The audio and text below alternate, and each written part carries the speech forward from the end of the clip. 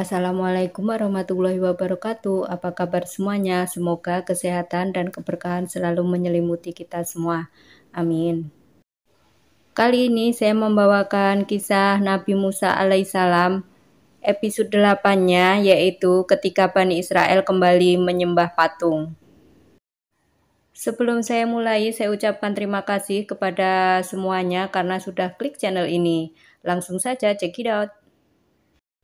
Selepas kepergian Nabi Musa alaihissalam, kaum Bani Israel pun tidak mau patuh kepada Nabi Harun. Bahkan Nabi Harun pun diancam akan dibunuh jika macam-macam. Sungguh memang Bani Israel itu adalah bangsa yang sangat zalim. Di antara mereka ada yang bernama Samiri. Samiri ini berusaha mempengaruhi Bani Israel agar mau menyembah patung yang dibuatnya. Patung tersebut terbuat dari emas, bentuknya seperti anak sapi. Orang-orang pun mulai percaya bahwa patung itu adalah Tuhan, karena patung tersebut dapat mengeluarkan suara. Padahal sebenarnya suara itu berasal dari hembusan angin yang masuk ke dalam rongga patung dengan teknik yang dibuat oleh Samiri. Nabi Harun sendiri pun sangat geram dan kesal melihat kesesatan Samiri dan kaum Bani Israel. Nabi Harun pun mengingatkan mereka dengan lemah lembut. Wahai kaumku, kenapa kalian kembali menyembah patung yang tidak bernyawa itu? Sudahkah kalian lupa kepada Allah Tuhan pencipta semesta alam ini? Bani Israel itu menjawab dengan sangat nyolotnya, "Sudahlah kau Harun, diam saja sebelum Nabi Musa kembali. Kami semua tidak mau mematuhi kepada nabi yang lemah sepertimu." Bani Israel yang lain pun berkata, "Iya benar, lagian kita juga sudah menemukan Tuhan yang sebenarnya, yaitu Tuhan yang dapat bersuara." Nabi Harun pun berkata, "Astaghfirullahaladzim, begitu lemahnya iman kalian, sehingga berani-beraninya kalian menukar iman kalian dengan patung sapi ini yang tak bernyawa. Sungguh kalian benar-benar telah berbuat zalim. Wahai Harun, kalau kamu terus mengoceh, kami akan membunuhmu. Kalau Nabi Musa kembali, pasti akan murka kepada kalian semua." Nabi Harun sangat sedih dan kecewa melihat kaum Bani Israel kembali menyembah patung sapi yang dianggap sebagai Tuhan mereka. Jadi selama ini kaum Bani Israel itu sebenarnya tidak pernah bertaubat. Setelah 40 hari berlalu, Nabi Musa pun kembali ke kaumnya. Melihat kaumnya kembali menyembah patung sapi, Nabi Musa sangat bersedih dan sekaligus sangat kecewa. Nabi Musa pun kemudian mendekati Harun dengan penuh kemarahan.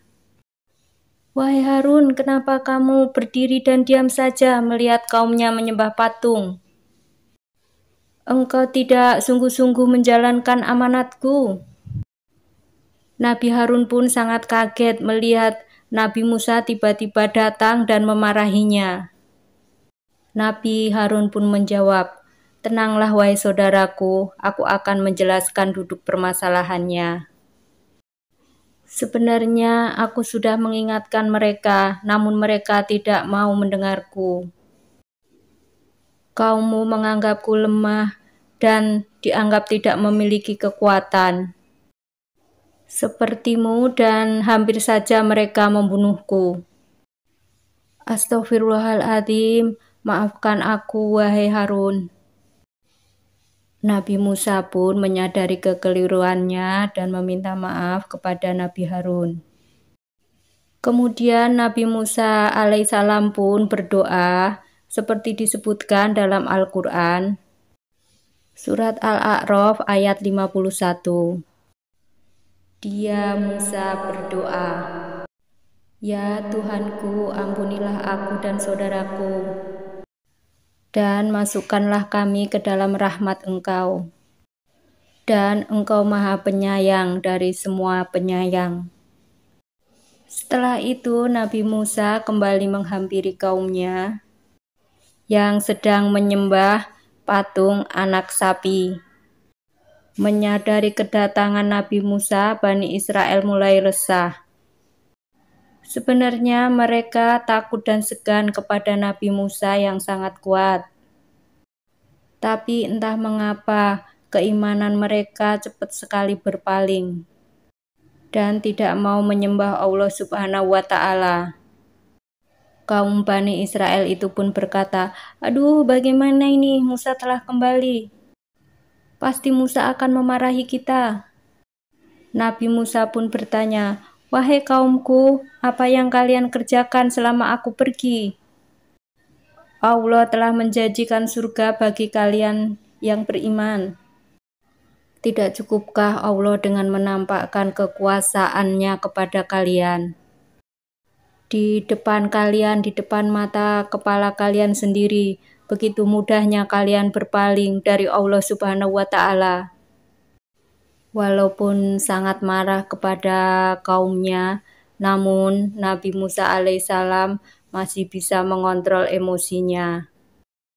Sedangkan kaum Bani Israel ketakutan dan mulai mencari-cari alasan. Mereka mulai memberi alasan, "Wahai Musa, sebenarnya kami menyembah patung anak sapi bukan kemauan kita sendiri, tetapi atas hasutan Samiri. Samirilah yang mengajak kita semua untuk menyembah anak patung sapi tersebut." Yang lain pun menimpalinya, "Iya benar, salahkan saja Samiri."